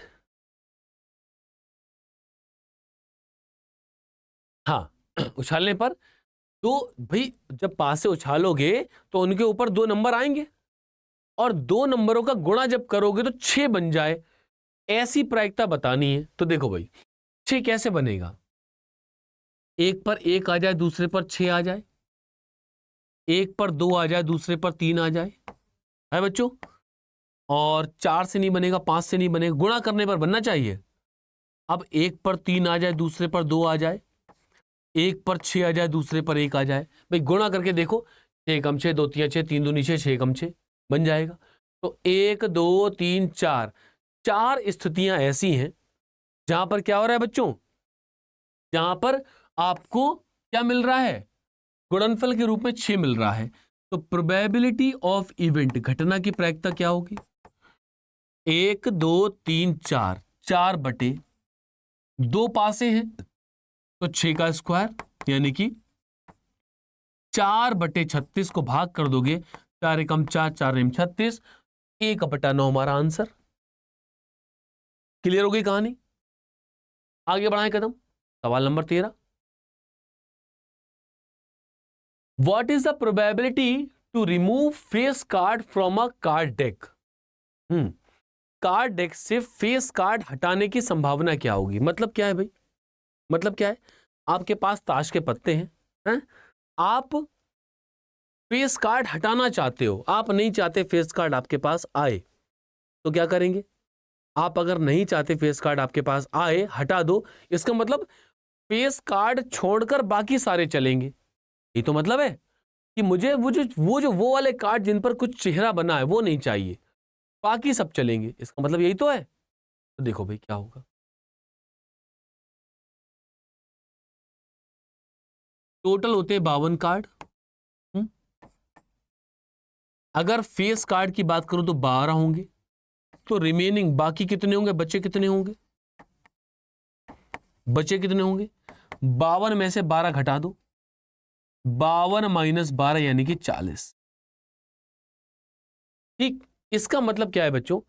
इसका मतलब यह है कि बाकी के जो कार्ड हैं वो फेस कार्ड नहीं हो, वो चल जाएगा बस, तो बचे वो 40 होंगे। ठीक। तो भाई क्या होगा? प्रोबेबिलिटी ऑफ इवेंट क्या होगी? घटना की प्रायिकता क्या होगी? प्रोबेबिलिटी यानी कि 6 और 40 हमारे पास बन गए। फेस कार्ड हमारे पास कितने बनेंगे? 12 ही फेस कार्ड होंगे, बिल्कुल ठीक है। 12 बनेंगे तो ये बन जाएगा हमारे पास 12 52, 4 3 12, 3 13। ठीक। रिमेन की वैसे हमें जरूरत नहीं है, रिमेनिंग की वैसे हमें जरूरत नहीं है बच्चों, इसकी जरूरत नहीं पड़ेगी। तो प्रोबेबिलिटी ऑफ इवेंट, घटना की प्रायिकता क्या होगी? 12 फेस कार्ड है और बटे में टोटल, तो क्या होगा भाई? 4 तियां 12, 13 चौक 52, 3/13। तो ऑप्शन नंबर सी हमारे लिए करेक्ट आंसर बन जाएगा। होगी बात क्लियर? भाई फेस कार्ड हटाना चाहते हो तो यही उसकी प्रोबेबिलिटी बन जाएगी। 3/13, 3 13 तो 1 13 13 3 10 13। ठीक है, चलो आगे बढ़ाएं कदम। अब देखो, to draw an ace out of deck of card probability can be, ताश के पत्तों की गड्डी से इक्का निकालने की संभावना क्या हो सकती है? भाई इक्का निकालना चाहते हो, इक्का कहां कहां होता है? इक्का कितने होते हैं भाई? इक्के तो 4 होते हैं, है बच्चों, इक्के तो 4 होते हैं। ओके, इक्के 4 होते हैं। तो प्रोबेबिलिटी ऑफ इवेंट, घटना की प्रायिकता क्या होगी? 4 इक्के हैं बच्चों, तो यानी कि 4C1। भाई 4 में से एक चाहिए ना, 4C1 यानी कि 4 अपॉन 13C1, अपॉन 13C1 यानी कि 52, सॉरी अपॉन 52C1, तो कितना हो जाएगा? 1/13 हमारा करेक्ट आंसर बन जाएगा। ऑप्शन नंबर डी रहेगा। आगे बढ़ाएं कदम, चलो भैया आगे चलते हैं। अब देखो, A card is accidentally dropped from a pack of 52 playing cards. 52 ताश के पत्तों की गड्डी में से गलती से एक पत्ता गिर गया। भाई 52 पत्ते हमारे पास थे और एक बेचारा गिर गया। The probability that is an S is, इसके इक्का होने की प्रायिकता। पिछले सवाल में और इस सवाल में एक कार्ड आपने निकाला, उसके इक्का होने की प्रायिकता, ठीक है? और एक गिर गया, उसमें से इक्का होने की प्रायिकता। तो प्रोबेबिलिटी ऑफ इवेंट क्या होगा? 4C1 यानी कि 4, 52C1 यानी कि 52, और इसका उत्तर भी हमारा 1/13 ऑप्शन नंबर बी बन जाएगा। नेक्स्ट, अगला सवाल। अब देखो, अब सवाल की भाषा थोड़ा सा पलटा मारती है, बदलती है। नए टाइप का सवाल हमारे सामने है। क्या है? There are 30 balls in a bag on which the number 1 2 3 30 are marked. ठीक, एक थैले में 30 गेंद जिन पर 1 2 3 और ऐसे करते 30 तक नंबर लिखे हैं। तो उसमें क्या है? गेंद पर 1 से लेके 30 तक नंबर लिखे हैं। अच्छा, हाँ, 1 बॉल इज ड्रॉन। अच्छा, 1 ball is randomly drawn from the bag. थैले में से एक गेंद यादृच्छिक रूप से निकाली जाती है। इस बात की प्रायिकता ज्ञात कीजिए कि थैले से निकाली गई गेंद पर 4 या 6 पर अंकित संख्या 4 या 6 से विभाज्य है। मतलब थैले पर जो नंबर लिखा हो, आप जो बॉल निकालो तो जो नंबर लिखा हो वो या तो 4 से कट जाए या 6 से कट जाए। तो देखो क्या होगा, 1 2 3 4 ऐसे करते करते करते करते बच्चों 30 तक लिखा है, 30 तक लिखा है। तो बच्चों कोई भी संख्या 4 से विभाज्य है, आप इसमें से कैसे निकालोगे? आप चेक करो, क्या आपके पास एक क्रमागत संख्या लिखी हुई है? तो आप बोलोगे हाँ सर, 1 से स्टार्ट होने वाली सारी संख्या लिखी हुई है। तो इसमें 4 के गुणज कितने होंगे? 4 के मल्टीपल ऑफ 4, 4 के गुणज कितने होंगे? आप 30 को 4 से भाग कर दो, तो लास्ट में ना कितनी बार भाग होगा? 7।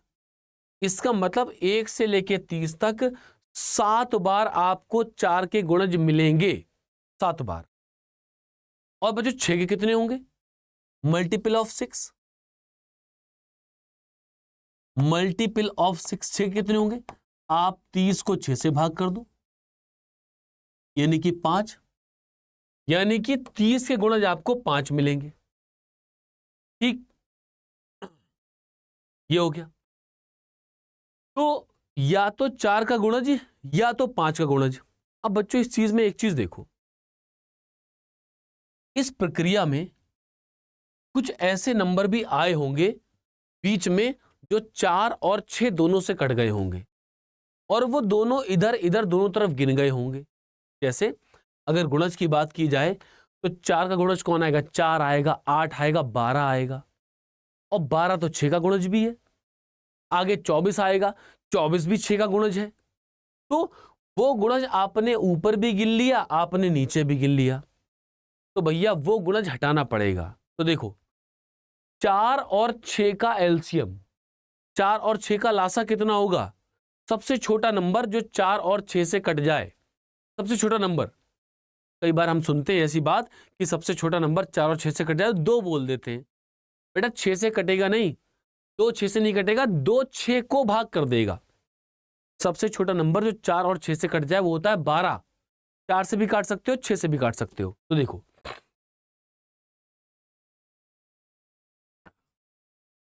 मल्टीपल ऑफ 12, 12 के गुणज कितने होंगे? 30 को 12 से भाग कर दो, कितनी बार भाग जाएगा? 12 दूनी 24। भाई जितनी बार भाग जाएगा वही होगा। इसका मतलब 12 के गुणज होंगे 2। तो प्रोबेबिलिटी ऑफ इवेंट, घटना की प्रायिकता क्या होगी? 4 के गुणज 7, 6 के गुणज 5, लेकिन जो 12 के गुणज हैं वो इसमें से हटाने पड़ेंगे। क्यों? क्योंकि वो यहां पर भी गिन गए, नीचे भी गिन गए। तो भैया 12 गुणज घटा दो और बटे में 30 नंबर है, 30 से भाग कर दो, तो कितना बनेगा? 10/30 आएगा और इस आधार पर हमारा उत्तर 1/3 ऑप्शन नंबर डी बन जाएगा। हो गई कहानी क्लियर? समझ पाए बात को? 4 और 6 का गुणज निकालने की बात। ठीक, रिपीट कर देता हूं। अगर ये क्रमागत संख्याएं, इफ बट लगा हुआ है, अगर ये क्रमागत संख्याएं हैं जो 1 से स्टार्ट होती हैं और 30 तक गई, तो 30 को आप 4 से भाग कर दो। ठीक, तो क्या मिलेगा आपको? 7 मिलेगा। तो आपको 7 के सारे सारे गुणज मिल जाएंगे, 7 के सारे सारे गुणज मिल जाएंगे। ठीक है, ओके, चलो भाई आगे चलते हैं। और ना मानो तो आप गिन के भी देख सकते हो कि 4 आएगा, 8 आएगा, 12, 16, 20, 24, 24 के बाद 28 और 48। ठीक, ये हो गया। फिर ऐसे ही मैंने 6 से भाग किया तो मुझे 6 के गुणज मिल गए, लेकिन इस प्रक्रिया में वो नंबर 2 बार काउंट हो गया जो 4 से भी कट रहा था और 6 से भी कट रहा था। जैसे 12 और 24 छोटे नंबर हैं, तो 12 और 24 हमें याद है, हमें 30 तक दिख रहा है, लेकिन जब बड़े नंबर होंगे तो क्या करेंगे? 4 और 6 का लासा लो 12, वो संख्याएं जो 12 से कट जाएंगी उन्हें हटा दो। तो 30 को 12 से भाग करो। अगर 300 लिखा होता तो 12 से भाग करने में आसानी रहती, या एक लिस्ट बना के हम लिखते कि 4, 6, 8, 12, 24, 48 सारे, नहीं, वो नहीं करेंगे। तो इसलिए मैंने एक जनरल तरीका बता दिया, सब जगह चलेगा। आगे बढ़ाएं कदम। अब देखो, अ बॉक्स कंटेन्स 100 पेन, एक डिब्बे में 100 पेन है, out of which 8 are defective, जिसमें से 8 खराब हैं। चलो भैया, तो 100 में से 8 खराब हैं। 1 pen is out from the box. ठीक, क्या हो भाई? हमने क्या करा? डिब्बे में से एक पेन बाहर निकाला। Find the probability that the pen is not defective. भैया प्रोबेबिलिटी बतानी है कि वो पेन खराब नहीं है। तो बच्चों देखो, टोटल पेन हमारे पास है 100। अब इसमें से 8 डिफेक्टिव है, मतलब गड़बड़ वाले कितने हैं? गड़बड़ वाले 8 हैं। तो सही कितने होंगे? सही होंगे आपके 100 में से 8 घटा दो, यानी कि 92, 92। तो प्रोबेबिलिटी ऑफ इवेंट, आप एक ही पेन निकाल रहे हो, एक पेन निकाल रहे हो और वो खराब नहीं होना चाहिए, तो क्या होगा भाई? 92 C1 अपॉन 100 C1, क्योंकि एक पेन निकाल रहे हो, लेकिन हम जानते हैं 92 C1 होने की वजह से 92 ही आएगा। तो 92 सही बटे 100 टोटल, 4 से भाग कर दो। 4 से भाग करोगे तो 23/25 हमारा करेक्ट आंसर ऑप्शन ए बनेगा। 8/100, देखो बच्चों 100/8 और 25/23 तो हो नहीं सकता था। क्यों? क्योंकि ये तो 1 से ज्यादा आ रहा है, प्रोबेबिलिटी प्रायिकता कभी भी एक से ज्यादा आएगी नहीं। तो फिलहाल ये तो नहीं हो सकते, इन दोनों में से हम लोग फिलहाल कैलकुलेट भी कर लिया। आगे चलो भाई, अब देखो 400 सेब के डिब्बे में से एक सेब से मिलने की संभावना 0.0035 है। The total number of bad apples is, खराब सेब की संभावना हमारे पास प्रोबेबिलिटी दे रखी है, तो खराब सेब की कुल संख्या क्या होगी हमें बताना है। मैं चाहूंगा ये सवाल आप लोग खुद ट्राई करो, ट्राई करके मुझे कमेंट में क्या इसका उत्तर बताओगे तो मजा आएगा। थोड़ा बहुत हिंट कर दूं क्या? थोड़ा हिंट कर देता हूं, देखो क्या है। अगर 400 सेब हमारे पास है, एक खराब सेब है, ठीक, और उसकी संभावना हमें दे रखी है, तो खराब सेब की संख्या क्या होगी? खराब सेब की संभावना आप कैसे निकालोगे? आप मान लोगे कि x सेब खराब है, सीधी सी बात है, x सेब खराब है, तो x बटे, बस मेरे बोलते ही आंसर आ जाएगा, x बटे 400, x बटे टोटल सेब बराबर में उनकी प्रायिकता 0.035, और अब गुणा कर लोगे तो उत्तर भी मिल जाएगा। x सेब खराब बटे में 400 बटा पे बराबर 0.035 कर लेना। कमेंट करके मुझे उत्तर बताना कि मैं समझ जाऊंगा कि हाँ भाई आपको समझ में आया। अगले सवाल के पास चलते। अब देखो, a bag contains 3 red marble, 4 blue marble and 2 orange marbles। एक बैग में 3 लाल, 4 नीले और 2 नारंगी रंग के मार्बल हैं। अच्छा, मार्बल मतलब गेंद रखी है। If a marble is picked eight random, हमने एक गेंद को, एक मार्बल को यदृच्छा चुना, but probability it is not orange marble, ये ऑरेंज नहीं होना चाहिए, बाकी कोई भी हो चलेगा, तो प्रोबेबिलिटी ऑफ इवेंट, घटना की प्रायिकता क्या होगी? क्या होगी घटना की प्रायिकता? देखो 3 लाल हैं, 3 रेड हमारे पास है, अच्छी बात है, 4 नीले हैं, 4 ब्लू हैं, और क्या है भाई, 2 ऑरेंज हैं, 2 ऑरेंज हैं। हमें ये नहीं चाहिए, हमें ये नहीं चाहिए, तो मतलब 4 और 3, मतलब रेड और ब्लू में से कोई एक तो हो सकता है। तो रेड और ब्लू मिलाकर कितने हैं? टोटल है बच्चों 7, ठीक। तो भाई क्या होगा, 7 में से कोई एक तो चुन लोगे, 7C1 यानी कि 7, और बटे में क्या आएगा, 4 3 7, टोटल 9C1 यानी कि 9, तो 7 बटे 9, 9 बटे 9 तो हो नहीं सकता, 7 बटे 9 option number D correct answer बन जाएगा।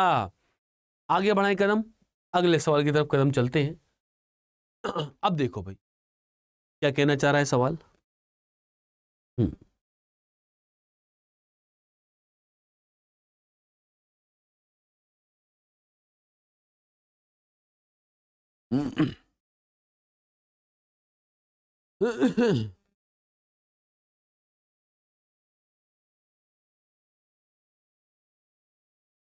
चलो भाई आ जाओ, अब इसको देखते हैं। एक समूह में 6 लड़के और 4 लड़कियां हैं। यदि एक समूह बनाने के लिए 5 सदस्यों को काट कर रखा जाना है, काट कर मत रखो यार, है ना, 5 सदस्यों को चुनना है, काट के कैसे रख दोगे यार, हैं? 5 मेंबर इज टू बी, अच्छा इसकी वजह से गड़बड़ हुआ है, selected, 5 member is to be selected to form a group, then find the probability 3 boys and 2 girls are there. ठीक, 5 सदस्यों को हमें चुनना है, तो इसकी प्रायिकता ज्ञात करो कि 3 लड़के हमारे पास आ जाएं और 2 लड़कियां हों। कॉम्बिनेशन लगेगा, बिल्कुल लगेगा। देखो नंबर ऑफ इवेंट, हमारे पास लड़के कितने हैं? 6 लड़के हैं, 6 में से 3 लड़के चुनने हैं भाई, 6 में से 3 का सिलेक्शन यानी कि 6C3। अब इसको प्रैक्टिकली कैसे बोलेंगे, 6 में से 3 लड़के चाहिए और 4 में से 2 लड़कियां चाहिए। Need 3 boys out of 6 boys and AND and 2 girls out of 4 girls. ठीक, तो 6 में से 3 लड़के चाहिए, 4 और का मतलब मल्टीप्लाई 4C2। जरा बच्चों इसको सॉल्व कर लें तो क्या होगा, C3 होने की वजह से 6 को 3 बार लिखो बटे में 3 गुणा 2 गुणा 1, 4C2 4 गुणा 3 बटे 2 गुणा 1, तो 3 2 जा 6, 2 2 जा 4, 5 चौक 20, 20 दूनी 40, 40 दिया 120। और सैंपल स्पेस कितने होंगे? सैंपल स्पेस कितने होंगे बालकों? देखो 6 लड़के हैं और 4 लड़कियां हैं, तो 6 और 4 कुल मिलाकर हो गए 10, और 10 में से कितने लोग चाहिए? 5। इसका मतलब 10C5, 10C5। चलो भाई इसको भी सॉल्व कर डालें, क्या आएगा? 10 9 8 7 1 2 3 4 5 बटे 5 4 3 2 और 1, तो 5 दूनी 10, 4 दूनी 8, 3 तिया 9। तो भाई देखो 7 42, 42 गुणा 6, यही तो बचा 42 गुणा 6। तो प्रोबेबिलिटी ऑफ इवेंट, घटना की प्रायिकता क्या होगी?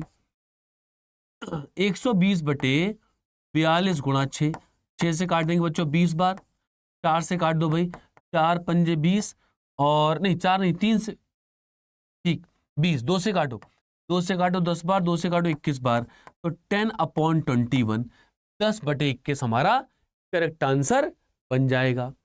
बात समझ में आई क्या? हो गई कहानी क्लियर? एक बार कैलकुलेशन को एक बार दोबारा चेक कर लेते हैं। तो भाई देखो 63, 6 5 4, 6 5 4 3 2 1, 4 3 2 1, तो 3 दूनी 6 गया, 2 दूनी 4, 5 चौक 20, 20 दूनी 40, 40 3 120, ये बिल्कुल ठीक है। 10C5, तो भाई क्या होगा? 10 9 8 7 6 बटे में 5 4 3 2 1, 5 दूनी 10 गया, 3 3 9 गया, 4 दूनी 8 गया, 6 7 42, 42 गुणा 6 बिल्कुल सही है। तो 42 गुणा 6 को भाग कर देंगे 20 बार, 2 से काटेंगे 10 बटे 21 हमारा करेक्ट आंसर बन जाएगा। अगला सवाल, सवाल नंबर 20 क्या है? एक बैग में 6 लाल और 4 हरी गेंद हैं। क्या है भैया? 6 हमारे पास लाल हैं और 4 हमारे पास ग्रीन बॉल है। 6 लाल हैं, 4 हरी गेंद हैं, ठीक। 4 गेंद एक एक करके खींची जाती हैं। हम लोग क्या कर रहे हैं? एक एक करके हमने 4 गेंद निकाली, 1 2 3 और 4, ठीक। Find the probability they are alternatively of different colour.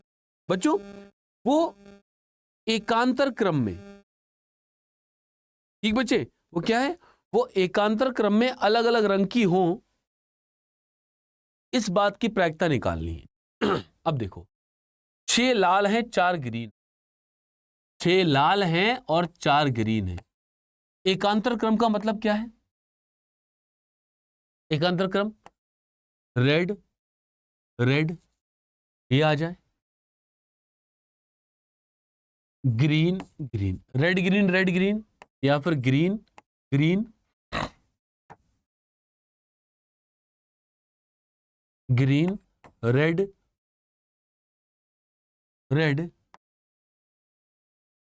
और ग्रीन। भाई देखो ये देखो एकांतर क्रम हो गया, लाल हरा लाल हरा, हरा लाल हरा लाल। तो आप क्या बोलोगे? भाई ऐसा होने के 2 स्थितियां हैं, या तो ऐसा होगा, या तो ऐसा हो जाए दुनिया में, या तो ऐसा हो जाए दुनिया में। और मतलब प्लस होने वाला है, प्लस होने वाला है, ठीक। अच्छा देखो 1 बाय 1। अच्छा नॉट रिप्लेस का मतलब क्या है? नॉट रिप्लेस का मतलब क्या है? और बदली नहीं जाती, मतलब जैसे आपने डिब्बे में हाथ डाला, आपने एक बॉल निकाली, अब वो बॉल किसी भी रंग की आई हो, अब वो डिब्बे में वापस मत रखना, वापस नहीं रखना, उसको डिब्बे के बाहर रखना है। इसका मतलब जब जब आप एक बॉल निकालोगे, टोटल में से हर बार एक एक बॉल कम होती चली जाएगी। तभी तो लिखा है क्वेश्चन में कि उनको बदला नहीं जाता। तो जब बदला नहीं जाता इसका मतलब क्या है? हर बार में एक एक बॉल कम होती चली जाएगी। चलो भैया, अच्छा तो देखो, लेकिन बॉल एक एक ही आएगी बेटा। जैसे अगर आपको लाल चाहिए होगी तो 6C1 आएगी। देखो probability of event, probability of event 1 पहले केस में क्या होगा? 6 लाल बॉल हैं, तो 6 में से एक का सिलेक्शन 6C1 यानी कि 6 बटे में टोटल बॉल 6 और 4 10 10C1 यानी कि 10। ये रेड के लिए हो गया। And next ball is green, और अगली बॉल हरी होगी, तो गुणा लगाओ। 4 में से एक का सिलेक्शन 4C1 यानी कि 4। बच्चों यहां ध्यान दो, जब एक बॉल निकालते हो तो बदला नहीं जाता, वापस नहीं रख रहे हो, वापस नहीं रख रहे हो, तो 10 में से टोटल में से एक बॉल तो कम हो गई, टोटल में से एक बॉल कम हो गई, तो बॉल बची 9 गुणा। अब फिर हरी वाले का नंबर, लाल का, तो लाल वाली बॉल कितनी होगी, 6 में से एक निकल गई होगी, तो बची होंगी 5, और बच्चे में टोटल 10 9 1 कम 8। अब हरी वाली बॉल 4 थी, 4 में से एक निकल गई होगी, तो 3 और बटे में 7। ये हो गया। प्रोबेबिलिटी ऑफ इवेंट 2, दूसरी स्थिति क्या होगी भाई? दूसरी स्थिति ये है, हरी बॉल पहले चाहिए, तो हरी बॉल 4 बटे में टोटल यानी कि 10, फिर लाल बॉल 6 बटे में 9, फिर हरी बॉल 4 में से एक कम यानी कि 3 बटे 8, लाल बॉल 5 में से एक कम यानी कि 7। तो टोटल प्रोबेबिलिटी ऑफ इवेंट क्या होगी? प्रोबेबिलिटी घटना की सम 1 और घटना की प्रायिकता नंबर 2। क्यों हम जोड़ क्यों रहे हैं? क्योंकि हम बोलेंगे या तो ऐसा हो सकता है या तो ऐसा हो सकता है, और या वाली स्थिति है, तो यहां पर हम सारी घटनाओं को प्लस कर देते हैं। जोड़ो भैया। अब देखो बच्चों, 7 8 9 10, 7 8 9 10 सेम लिखा है। 3 4 5 6, 3 4 5 6 सेम लिखा है। 2 गुणा 3 4 5 गुणा 6 बटे 7 8 9 और ये 10। अब देखो भाई क्या होगा, 2 चौक 8 गया ये बच्चों, और 3 तिया 9 गया, 3 दूनी 6 गया, 2 पंजे 10 गया, ठीक, और 5 एकम 5 गया, तो क्या बचा बच्चों 1/7। तो 1/7 क्या होगा बच्चों? हमारी प्रोबेबिलिटी ऑप्शन नंबर ए बन जाएगा। यहां तक की सारी कहानी उम्मीद करता हूं क्लियर है, चल रही होगी। नहीं चल रही है तो वीडियो को दोबारा रिपीट करके देखना, धीरे धीरे कंसेप्ट क्लियर हो जाएंगे। प्रोबेबिलिटी मैं मानता हूं कि थोड़ा सा नहीं, थोड़ा टफ है, क्योंकि प्रैक्टिकली बहुत सोचना है कि लाल ग्रीन ग्रीन लाल, ये तो समस्या नहीं है, थोड़ा दिमाग दौड़ाने की जरूरत है, और दिमाग है तो दौड़ सकता, नहीं है तो नहीं दौड़ेगा, सीधी सी बात है। अब देखो अगला सवाल क्या लिखा है भाई, क्या लिखा है यहां पर, ठीक, क्या लिखा है? ए 30% मामलों में सच बोलता है और बी 60% मामलों में सच बोलता है। मतलब ए जो है बड़ा भारी झूठा है, वो 30% मामले में सच बोल पाएगा, और बी 60% में बोल देता है। इस बात की प्रायिकता ज्ञात कीजिए कि वे समान घटना का उल्लेख करते समय एक दूसरे का खंडन करेंगे। Find the probability that they will contradict each other while stating the same event. मतलब वो कोई एक बात बताएंगे जाके, हैं, तो एक दूसरे का विरोध करेंगे, इस बात की प्रायिकता क्या होगी? देखो ए और बी, सही जवाब, झूठी बात। बच्चों 30%, अगर 30% मामले में सच बोलता है तो वो 70% मामले में झूठ बोलेगा, और 30% 3/10, 70% 7/10। मतलब कि अगर 3/10 मामले में सच बोलेगा तो 7/10 मामले में झूठ बोलेगा। यही तो बात है। क्यों? जब 30% भी, टोटल क्या होता है, टोटल प्रोबेबिलिटी 100%, 30 झूठ तो 70 सही, या 30 गलत तो सही तो 70 गलत। बी की बात करो, बी 60% मामले में सच बोलता है, यानी कि 3/5 मामले में, तो 40% मामलों में यानी कि 2/5 मामलों में झूठ बोलेगा। इसका मतलब 3/5 में अगर सही बोला है तो क्या होगा भाई, 2/5 में झूठ। अब चलो हम लोग प्रोबेबिलिटी निकालें। प्रोबेबिलिटी ऑफ इवेंट क्या होगी? वे एक दूसरे का खंडन करें, कॉन्ट्राडिक्ट करें। बच्चों खंडन कैसे करेंगे? खंडन का मतलब क्या है? एक बोलेगा सच तो दूसरा बोलेगा झूठ, एक बोलेगा सच तो दूसरा बोलेगा झूठ, या फिर एक बोलेगा झूठ तो दूसरा बोलेगा सच। कॉन्ट्राडिक्शन हो गया ना। तो देखो, ए अगर सच बोलने चला गया तो सच बोलने की प्रोबेबिलिटी 3/10, तो बी बोलेगा मैं तो बोलूंगा झूठ, तो हम लोग प्रैक्टिकली क्या बोलेंगे, and B will say he will lie, और बी कहेगा कि मैं झूठ बोलूंगा। तो भाई क्या होगा, ए ने बोला सच तो बी बोलेगा झूठ, यानी कि 2/5। अब आप बोलेंगे क्या, या तो ऐसा होगा या फिर बी सच बोलेगा तो ए झूठ बोलेगा, या मतलब प्लस बी सच बोलेगा यानी कि 3/5 और ए ने बोला सच यानी कि 7/10। तो क्या होगा भाई, 3 दूनी 6, 7 की 21, 10 पंजे 50, 50, ये बना आपका 6/50 और प्लस में 21/50, तो 21 6 27/50, ये इसकी probability option number D correct answer बन जाएगा। ठीक, और कई बार आंसर परसेंटेज में भी होता है, तो क्या करेंगे, 27/50 को आप 100 से गुणा कर दोगे तो 2 यानी कि 54% स्थितियां ऐसी बनेगी जहां पर हमारा काम मामला होगा। क्लियर होगी बात। तो यहां तक के कुछ क्वेश्चंस मैंने आपको प्रोबेबिलिटी प्रायिकता के स्तर पर बताए। रेलवे एग्जाम हो, एसएससी एग्जाम हो, दोनों में काम आएगा, एनटीपीसी में तो भर भर के काम आएगा। ओके, तो वीडियो अच्छा लगा और वीडियो लाइक करना, चैनल को सब्सक्राइब करना।